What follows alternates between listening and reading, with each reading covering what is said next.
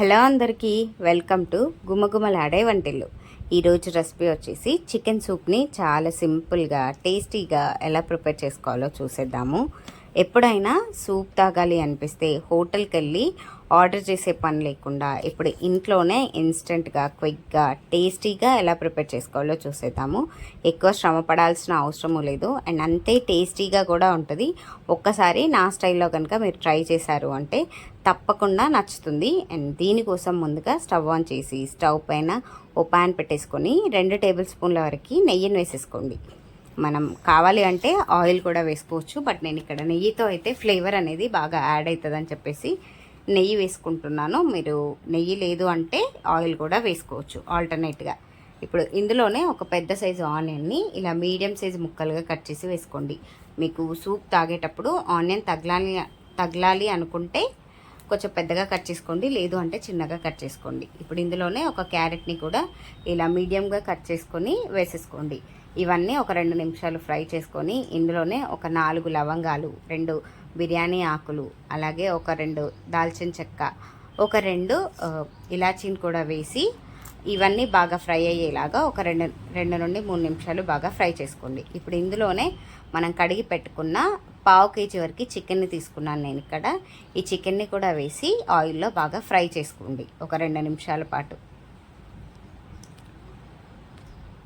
ఇప్పుడు ఇందులోనే ఒక కొత్తిమీర, సన్నగా కట్ చేసుకున్న ఒక 2 పచ్చిమిరపకాయలని కూడా ఇలా సన్నగా కట్ చేసి వేసేసుకోండి. ఇప్పుడు ఇందులోనే 1/2 టీ స్పూన్ పసుపు కూడా వేసి ఇవన్నీ బాగా కలిసేలాగా చికెన్కి బాగా పట్టేలాగా ఒక 2-3 నిమిషాలు బాగా కలుపుకుంటూ ఫ్రై చేసుకోండి.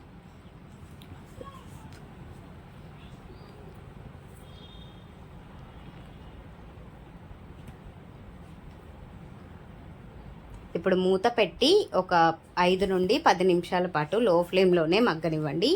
ఈలోపు మనం గ్రేవీ కోసం ఒక కట్ట కొత్తిమీర, ఒక స్పూన్ మిరియాలు, ఒక మీడియం సైజ్ ఆనియన్ని, అలాగే ఫ్రెష్ అల్లం వెల్లుల్లిని కూడా తీసుకొని మెత్తగా మిక్సీ పట్టేసుకోండి.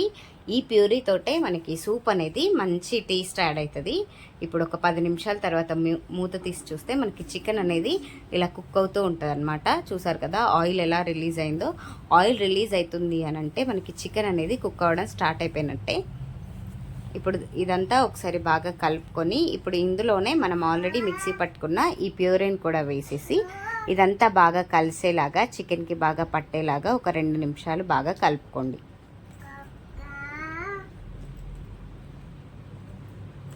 ఇప్పుడు ఇందులోనే మీ టేస్ట్కి సరిపడేంత సాల్ట్ కూడా వేసేసుకోండి.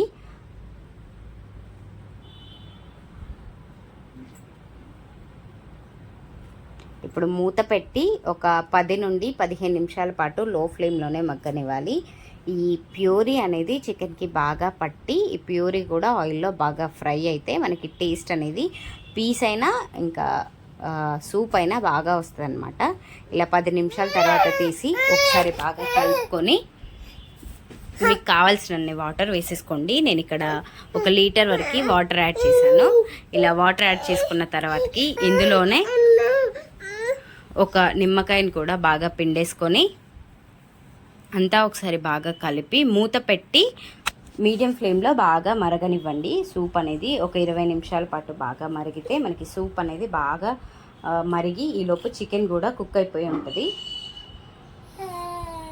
ఒక 20 నిమిషాల తర్వాత తీసి చూస్తే చూసారు కదా మనకి చికెన్ కూడా ఆల్మోస్ట్ కుక్ అయిపోయింది. చికెన్ ఇంకా క్యారెట్ ఆ సూపు అన్నీ మనకి కరెక్ట్గా సెట్ అయిపోతుంది. చూసారు కదా మనకి సూప్ అనేది రెడీ అయిపోయింది. ఒకవేళ మీకు కాస్త ఎక్కువగా కావాలి అనుకుంటే వాటర్ అనేది ముందే కొంచెం ఎక్కువగా యాడ్ చేసుకోండి. అంతే, చాలా